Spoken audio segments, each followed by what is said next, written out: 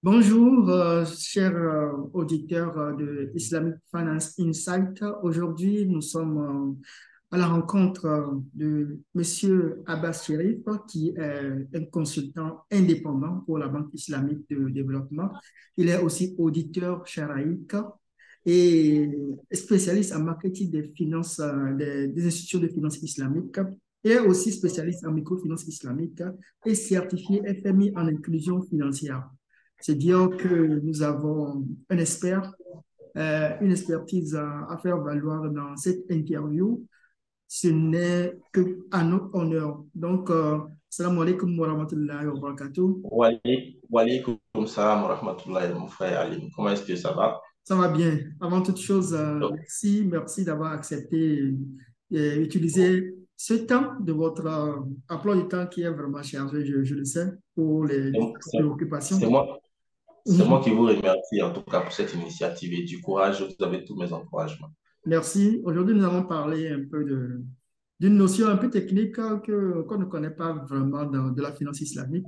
Ce sont les critères de filtrage. Comment savoir si une activité, ou une entreprise ou un projet est halal, puisque ça fait partie des principes de la finance islamique, l'interdiction des activités illicites. Comment est-ce que les investisseurs doivent savoir si l'activité dans laquelle ils investissent est halal ou bien haram? Donc, c'est une préoccupation pour ceux qui veulent vraiment investir, surtout du côté du marché financier et en bourse, sur le marché financier islamique, si je peux m'exprimer ainsi. Donc, aujourd'hui, nous allons décortiquer avec vous cette notion primordiale et prépondérante pour les acteurs de la finance islamique. Avant de commencer, veuillez encore nous dire un peu de vous. Si, Vous dites? veuillez encore nous parler un peu de vous, si vous... Bon, écoutez, je suis M. Sherif Abbas, comme vous l'avez bien dit, consultant indépendant pour la Banque islamique de développement. J'accompagne pas mal d'institutions financières, pas mal d'États à travers l'Afrique subsaharienne dans le développement de tout ce qui est activité de finance islamique. Je mène également des travaux de recherche, je fais des publications généralement qui sont disponibles sur toutes les plateformes, voilà, pour essayer quand même de m'attaquer à certaines problématiques, pour essayer en tout cas d'adresser en fait certains besoins par rapport au grand public et par rapport aux institutions en particulier. OK, C'est ce que je peux merci. dire. Dites-nous, qu'est-ce que c'est finalement ce qu'on appelle critère de filtrage pour savoir si une entreprise Alors, est halal ou pas? alors, le filtrage islamique, en fait, c'est un process qui permet, dans un groupe d'actifs, de pouvoir éliminer ceux qui ne sont pas conformes aux principes et règles de la finance islamique. Donc, on l'appelle filtrage en français, screening en anglais, et ça permet, selon qu'il est qualitatif ou quantitatif, de pouvoir définir quels sont, en tout cas, les actifs sur lesquels on peut porter son choix dans le cadre d'un investissement quand on est en recherche de produits conformes à la jurisprudence islamique. On parle de filtrage non financier et de filtrage financier. De quoi il s'agit complètement? Alors, la première catégorie de filtrage qu'on appelle non financier, généralement, ce sont des filtrages qui permettent, sur la base du domaine principal d'activité des entreprises, de pouvoir en fait décider de facto si elles sont éligibles aux investissements islamiques ou pas. Donc, c'est la première couche en fait de filtrage. Ensuite, on a une deuxième couche qui est financier, qui établit en fait ce qu'on appelle des ratios. Alors, ces différents ratios nous permettent, avec des plafonds qui sont établis, de définir si une entreprise est également éligible. Donc, le filtrage financier est beaucoup plus précis, en fait. Le filtrage non financier, en fait, on se base sur le domaine principal d'activité de l'entreprise. Bien entendu, il faut savoir qu'il y a des entreprises qui peuvent peut-être avoir un domaine principal d'activité qui sont conformes aux principes et règles de la finance islamique, mais peut-être entraînées ou impliquées sur des secteurs d'activité qui sont, voilà, qui ne le sont pas forcément. Donc, il faut quand même définir voilà, mettre un deuxième filtrage pour pouvoir quand même, voilà, encore faire un tri au niveau de cette deuxième catégorie d'entreprise. Quand on parle de filtrage, nous allons revenir sur les éléments concrets du filtrage non financier. De quoi il s'agit en fait? Quand on parle de Les éléments concrets du filtrage non financier, de quoi il s'agit en fait? Ah oui, en fait, les éléments concrets du filtrage non financier, c'est-à-dire que, comme je le dis, c'est d'abord se baser sur le domaine principal d'activité de l'entreprise. OK? Quelles sont les Donc, je activités prends qui sont éligibles et qui sont éligible. indexées? C'est-à-dire, par exemple, vous avez une entreprise, une certaine entreprise aujourd'hui, alors je vais rester beaucoup sur notre place financière régionale qui est la BRBM.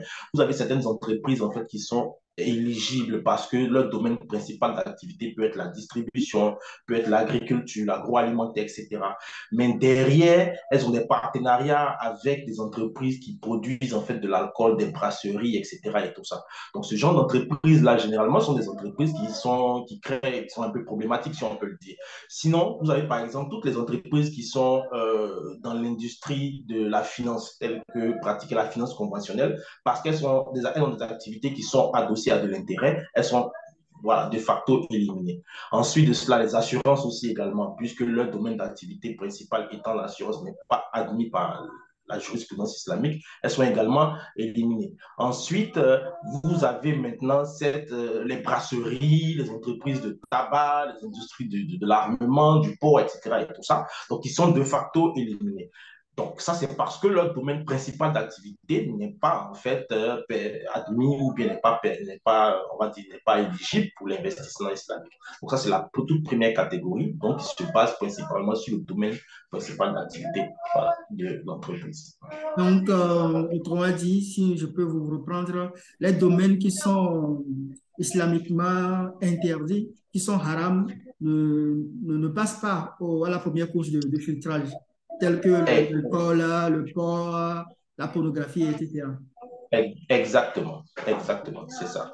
Maintenant, quels sont les éléments qui portent sur le critère financier alors? Alors, les critères financiers, généralement, on définit un certain nombre de ratios, OK? Donc, le ratio de liquidité, le ratio d'endettement, etc. Un certain nombre de ratios qui sont définis en fonction des différentes approches. Voilà. Donc, ces ratios-là permettent aujourd'hui de regarder, en fait, de juger, en fait, du mécanisme de financement de l'entreprise. Donc, bien vrai que son secteur principal d'activité soit halal, comme on le dit, soit éligible pour l'investissement islamique, on va regarder en fait sa politique de financement, sa politique d'endettement. Si on voit il y a une trop grande part d'actifs ou bien de recours à des instruments basés sur l'intérêt dans ces actifs-là, évidemment que c'est une entreprise qu'on va chercher à éliminer en fait du portefeuille. Donc, c'est en cela que je crois que c'est 6 ou 7 ratios voilà, qui sont définis, comme je le dis, en fonction voilà, en fonction des différentes approches et qui permettent véritablement d'examiner voilà, les états financiers et de pouvoir vraiment déterminer ces différents ratios.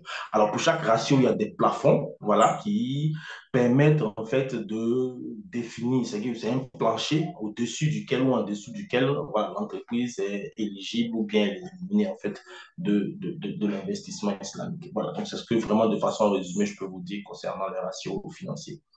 Je sais qu'il y a des organismes de normalisation tels que la Tout à AOI, qui ont des critères, qui ont des plafonnements de ces critères-là. Qu'est-ce que vous pouvez nous en dire par rapport à la AOI? Il y a aussi la structure de la Banque islamique et Mijma Fiqh al-Islami.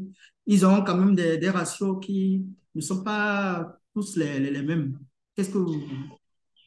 Bien évidemment, bien évidemment. Comme je le dis, il fut un moment où pratiquement les investissements sur le marché des capitaux étaient carrément proscrits. Voilà, à cause de certaines tendances en matière de fiqh, c'est-à-dire jurisprudence islamique.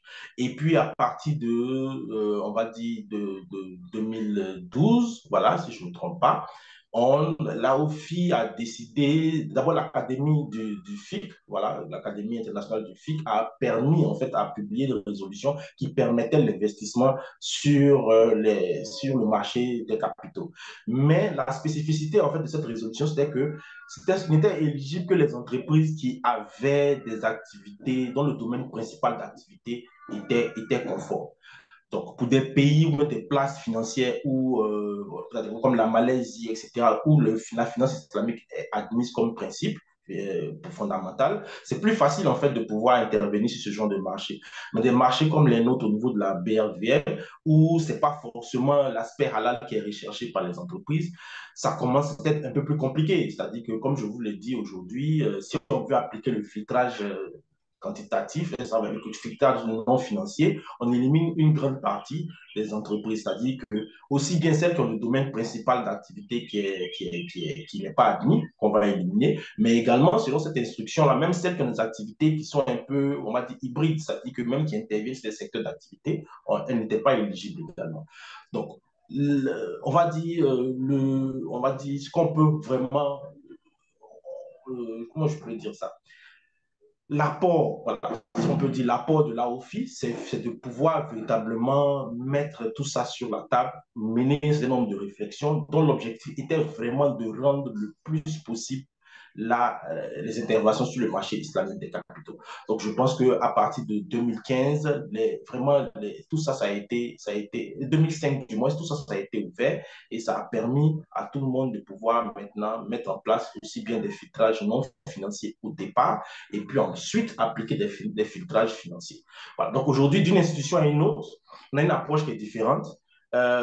D'une région à une autre, on a une approche qui est différente, mais je pense que moi, personnellement, ça reste mon avis personnel, je trouve que l'approche de l'AOFI est quand même celle en termes de pragmatisme et en termes d'ouverture qui est la plus intéressante, en tout cas pour les investisseurs. Qu'est-ce que la OIFI dit concrètement par rapport à ces critères? Qu'est-ce que l'AOFI dit concrètement? Comme je le dis, l'AOFI dresse en fait un certain nombre de critères. Comme je dis, il y a des ratios, comme elle les appelle. Après, ça dépend en fait des ratios, des coefficients. Voilà. L'AOFI vous dit que d'abord, la première étape, c'est d'abord appliquer le filtrage non Le financier. financier. OK? Une entreprise, peu importe comment elle finance ses activités, comment elle lève ses ressources, si elle intervient dans l'industrie de l'alcool ou du porc, peu importe, il n'y a pas de question à se poser, on l'élimine directement. Maintenant, il y a une deuxième catégorie en fait d'actifs qui émanent d'entreprises qui ont peut-être le secteur principal de leur activité qui est admis, mais qui auront quand même des interventions ou bien des revenus quand même considérables qui viennent de secteurs qui sont prohibés.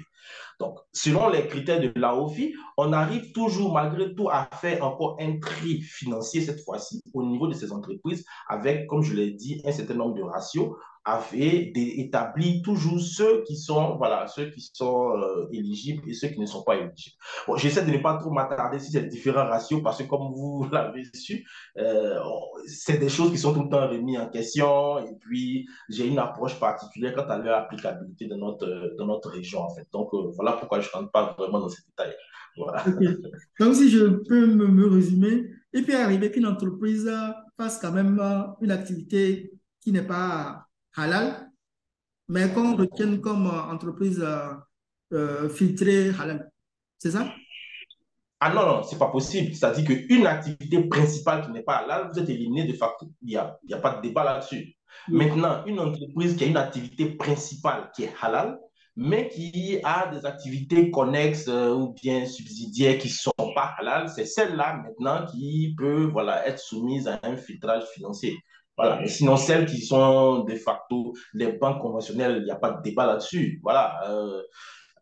Peut-être qu'il peut y avoir débat si jamais elle a une fenêtre islamique. Donc là, on va essayer de déterminer ce nombre de choses. Mais une banque conventionnelle, peu importe, voilà, c'est pas éligible. Une assurance, pareil. Une brasserie qui fait de l'alcool et tout ça.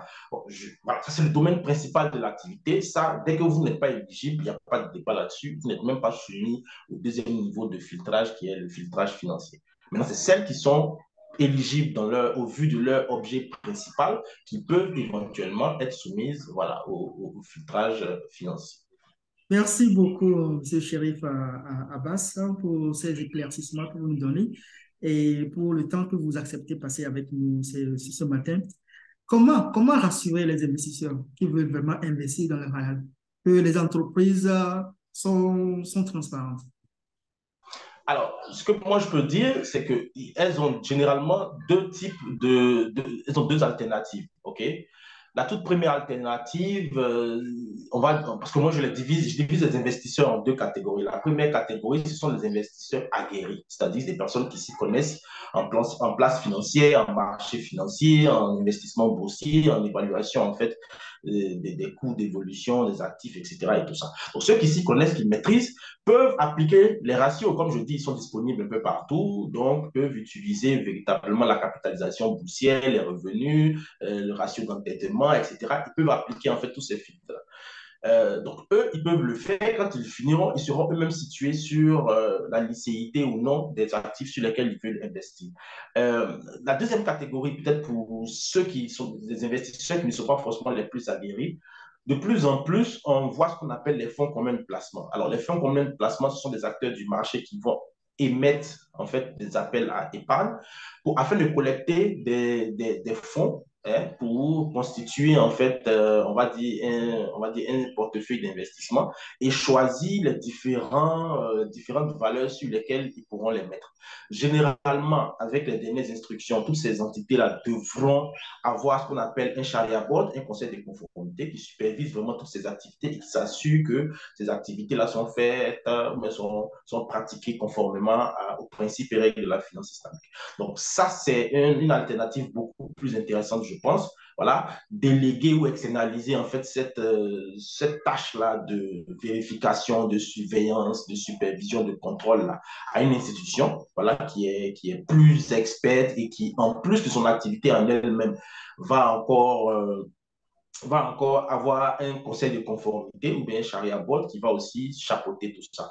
Donc ça, c'est la deuxième chose. Peut-être que de façon en bonus, je vais donner une troisième alternative, c'est que la bourse régionale des valeurs mobilières, ça c'est pour rester dans notre région, hein, la zone UMOA, est en train de mettre en place ce qu'on appelle un index islamique. Voilà, donc un indice islamique qui va permettre en fait de sélectionner, voilà, de créer un segment où on pourra loger vraiment toutes les entreprises qui répondent à tous ces critères. Voilà. Donc, ça serait une troisième option, donc de simplement suivre cet index-là et puis vraiment investir là-dessus. C'est le cas aujourd'hui du Nasdaq, c'est le cas aujourd'hui sur certaines places assez à Dubaï, aux États-Unis, à Londres. Voilà. Donc, je pense qu'aujourd'hui, que la BRVM s'y mette, c'est quelque chose assez intéressant pour nous. Donc, ce serait la troisième alternative, si je peux le dire ainsi, pour des investisseurs qui peut-être ne s'y connaissent pas beaucoup, mais qui pourront éventuellement se positionner là-dessus. Merci. Et c'est bien vrai que dans ta dernière chute, vous l'avez expliqué, mais je vais revenir là-dessus pour faire l'état des lieux de la situation de la finance islamique dans notre sous-région, surtout du côté du marché financier. Qu'est-ce qui est fait actuellement? Alors, euh, ça tombe bien, comme je le dis, j'ai pour habitude de dresser en fait un état des lieux à travers des publications, hein. Donc, je l'ai fait en 2017, en 2020. Donc, évidemment, pour respecter un peu la fréquence des 3 ans, celle de 2023 est en cours de finalisation. Donc, l'innovation cette année, c'est que ça sera une publication qui va combiner l'état des lieux de la zone UMOA et celle de la zone CEMAC. Parce qu'aujourd'hui, on a eu quand même pas mal de développement au niveau de la zone CEMAC. Donc, nous sommes en train de finaliser. Mais pour ne pas trahir les secrets, voilà, de la publication, je vais quand même vous faire un petit résumé au niveau du marché islamique des capitaux. Alors, Vous ne au voulez pas niveau me de la... donner un scoop, quoi? Oui, bien sûr. Au niveau de la zone UMOA, bon, écoutez, il y a pas mal d'initiatives qui ont été menées. Voilà, vous savez, aujourd'hui, nous sommes passés à la création d'un nouvel organe qu'on appelle l'AMF, l'autorité des marchés financiers, voilà, de la Oui. zone UMOA, qui quand même a mené un certain nombre de réformes au niveau même de son règlement général interne pour pouvoir admettre en fait les investissements sous ou les investissements d'obligations conformes à la finance islamique. Donc ça, c'est déjà une première avancée, voilà, qui a eu lieu fin 2022, début 2023. Oui. Ensuite, on a eu depuis février 2023 la publication en fait de textes réglementaires concernant quand même certains acteurs en fait du marché financier islamique. Donc c'est déjà ça en termes de textes réglementaires. On est en train de renforcer le cadre réglementaire pour faciliter pas mal de choses, pour faciliter l'investissement sur le marché islamique des capitaux, le promouvoir. Et puis également, il y a eu quand même à ce jour, on va dire, 7 émissions de sukuk dans notre zone. Donc, Côte d'Ivoire, Sénégal, Togo, également Mali, et récemment, le Sénégal est retourné encore voilà, est retourné encore sur le marché des sukuk avec un véhicule, enfin, un investissement à plusieurs compartiments qu'on appelle la SOGEPA. Donc voilà, aujourd'hui, c'est 7 sukuk. Il y en a 2 ou 3 qui sont déjà arrivés à maturité. Il y en a 4 autres qui continuent toujours de courir. Donc, pour dire qu'à ce niveau-là, il y a eu quand même pas mal de leçons qui ont été tirées, c'est-à-dire des défis qui ont été rencontrés par rapport à la structuration et à l'émission de ces sous. Donc, aujourd'hui, on est l'autorité des marchés financiers est en train de réfléchir à toutes les problématiques, toutes les solutions qu'ils pourraient trouver afin de balayer ces problématiques-là et faciliter vraiment l'intervention, aussi bien l'investissement que l'émission des différents actifs, les différentes, on va dire, structurations sur le marché. Donc, c'est déjà ça, voilà. Après, comme je l'ai dit, l'index islamique qui est en cours de structuration, voilà, pour la BRVM. D'autres structurations qui sont en cours, certains pays sont attendus, la Côte d'Ivoire est encore attendue pour un autre sukuk, on espère d'ici quelques années. Le Niger aussi est espéré sur le marché également du sukuk. J'espère que vous aussi au Togo, bah, vous pourrez amener l'État togolais, ou pourquoi pas aussi, je pense que nos frères du Bénin a vraiment venu lever des fonds sur le marché des sukuk. Je pense que c'est une alternative qui est beaucoup plus intéressante par rapport aux obligations. Voilà, voilà. Donc, je pense que, bon, je pense que ça sera peut-être l'objet d'une autre Lucas, en Donc, fait. je pense qu'il y a un grand espoir, hein, quant à l'avenir du marché financier dans la sous-région. Oh oui, bien sûr. En fait, je pense que la force de ce marché financier serait éventuellement ce qu'on appelle, et ça, je l'ai vu en fait dans les projets d'instruction voilà, qui ont été soumis à l'AMF. C'est-à-dire qu'on va insérer ce qu'on appelle le corporate sukuk, donc c'est-à-dire le sukuk d'entreprise. À partir de ce moment, je pense que c'est un segment qui va devenir beaucoup plus dynamique. Vous savez, les États c'est beaucoup plus rigide parce ils doivent regarder leur politique d'endettement, ils doivent regarder le service de la dette, ils doivent même avoir la validation du Fonds monétaire international avant de lever on va dire, toutes ces obligations, enfin, on va dire, lever tous ces fonds-là. Donc, aujourd'hui, avec le corporate, ça sera beaucoup plus dynamique parce qu'une entreprise qui a besoin de fonds pourra venir beaucoup plus rapidement sur le marché financier pour pouvoir lever en fait ces fonds. Ça va permettre aussi de pouvoir améliorer les différents ratios en fait de ces différentes entreprises parce que vous imaginez que parce qu'elles ont recours à des instruments adossés à de l'intérêt, forcément leurs ratios sont, voilà, il y a un ratio qu'on appelle le ratio de revenu haram, donc il va forcément être détérioré parce que voilà, l'implication de l'intérêt, mais l'impact de l'intérêt sur la politique de financement est beaucoup plus élevé. Donc, avoir recours à des soucoupes, ça va encore aussi améliorer les différents ratios et évidemment, comme je le dis, ce sera beaucoup, beaucoup plus dynamique avec l'index aussi islamique qui sera mis en place. Voilà, donc, pas mal de raisons d'avoir bon espoir et je suis sûr que les acteurs feront tout ce qu'il faut pour pouvoir voilà, accompagner tout ce processus. OK. Permettez-moi de revenir un peu aux critères de la Wi-Fi. Euh, OK. Vous avez contribué à la traduction d'une étude critique de ces critères-là. Est-ce que vous pouvez nous dire en gros en quoi consistait cette étude? Est-ce qu'on peut en retenir le fait?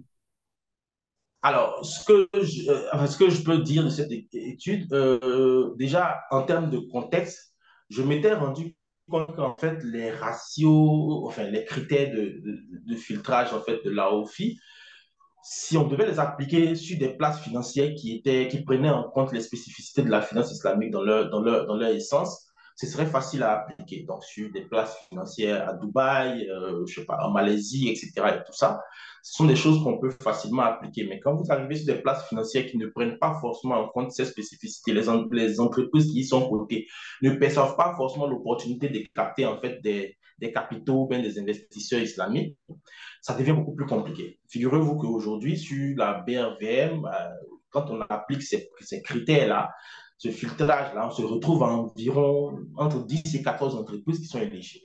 Vous imaginez, en termes de politique d'investissement, quelle politique sur du long ou du moyen terme on peut mener en ne se focalisant que sur 14 entreprises sur le lot qui est. Voilà. Donc, En fait, c'était un peu dans ce contexte que je me suis rendu compte qu'il fallait vraiment avoir d'autres approches, voilà, beaucoup plus personnalisées, qui prennent plus en compte notre environnement, afin de pouvoir appliquer un critère, des critères de filtrage qui étaient plus adéquats.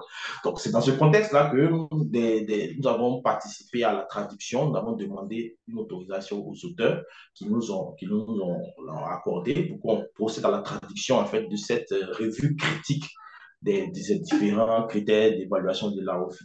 Donc aujourd'hui, en fait, ils essaient de nous amener de façon globale à revoir. Il y a certains critères qu'ils trouvent qui ne sont plus forcément pertinents, donc auxquels ils demandent carrément de renoncer à ces critères. Il y a certains critères il y a certains nouveaux critères qu'ils proposent également, ils introduisent de nouveaux critères, voilà, pour pouvoir permettre quand même d'être beaucoup plus précis et de ne pas éliminer de façon injuste en fait certaines institutions.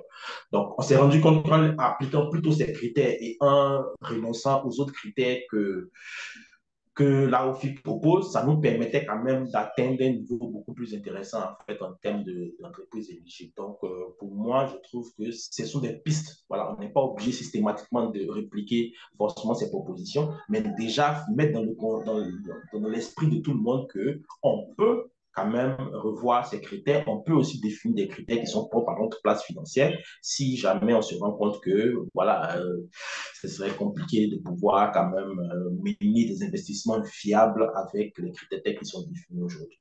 Voilà, c'est ce que je pourrais dire par rapport à ce travail. Merci. Pour un investisseur lambda, j'aimerais bien que vous puissiez expliquer vraiment en français, on dirait en français facile. Je suis un investisseur lambda, je ne m'y connais pas en marché financier, surtout islamique. J'ai vraiment la conviction que les principes islamiques sont bons pour moi, sont bons pour moi. Donc, qu'est-ce que vous avez à lui dire en français facile? Alors, pour l'investisseur lambda, je lui dirais deux choses. La première des choses, c'est de s'approcher des acteurs du marché, c'est-à-dire de s'approcher de n'importe quelle entité. Excusez-moi, j'essaie vraiment de diluer pour que ce soit vraiment accessible. Donc, c'est de s'approcher de n'importe quelle entité, voilà, qui propose ce qu'on appelle des fonds communs de placement qui sont halal. Des fonds communs de FCP, fonds communs de placement qui sont Mais est-ce que halal. ça existe Lui donne dans des notre sous-région? Oui, dans notre sous-région, au niveau de la BRVM, on en a deux, on en a connu deux. Il y avait ce qu'on appelle Al-Baraka, qui avait été mis en place par une institution qu'on appelle CGF Bourse, voilà, au Sénégal, donc qui a fait Al-Baraka 1 et 2. Donc aujourd'hui, ce sont les deux initiatives. Donc, qui avaient même établi des partenariats avec des microfinances ici en Côte d'Ivoire pour permettre à des personnes, des investisseurs qui le souhaitaient, de pouvoir investir en fait sur ces actifs-là. Donc, je pense que ces genres d'initiatives-là, bon, aujourd'hui, ça va être un peu, peut-être, aujourd'hui, peut-être que je ne sais pas vraiment si ça existe en ce moment à l'heure actuelle. Voilà, je pense que le Al-Baraka 2 doit exister encore. Mais je veux dire que c'est de rechercher, en fait, ce genre de véhicule d'investissement et puis leur confier vos fonds. Eux, ils s'occuperont de faire, voilà, le nécessaire. Voilà. Pour le lambda, c'est vraiment ça l'opportunité. Maintenant, si le lambda est aguerri, c'est-à-dire que, par exemple, M. Alim, s'il a des grandes connaissances en finance, bah, lui-même, il peut récupérer les critères, utiliser les états financiers. Parce qu'aujourd'hui, sur le site de la BRFVM, vous avez les états financiers de la majorité des entreprises qui sont cotées sur la place. Donc, vous récupérez les états financiers, vous essayez de déterminer en fait tous les ratios tels qu'ils sont définis par la méthodologie que vous aurez choisie, selon que c'est AOFI ou bien si c'est l'organisation de la BID ou bien peu importe. Voilà.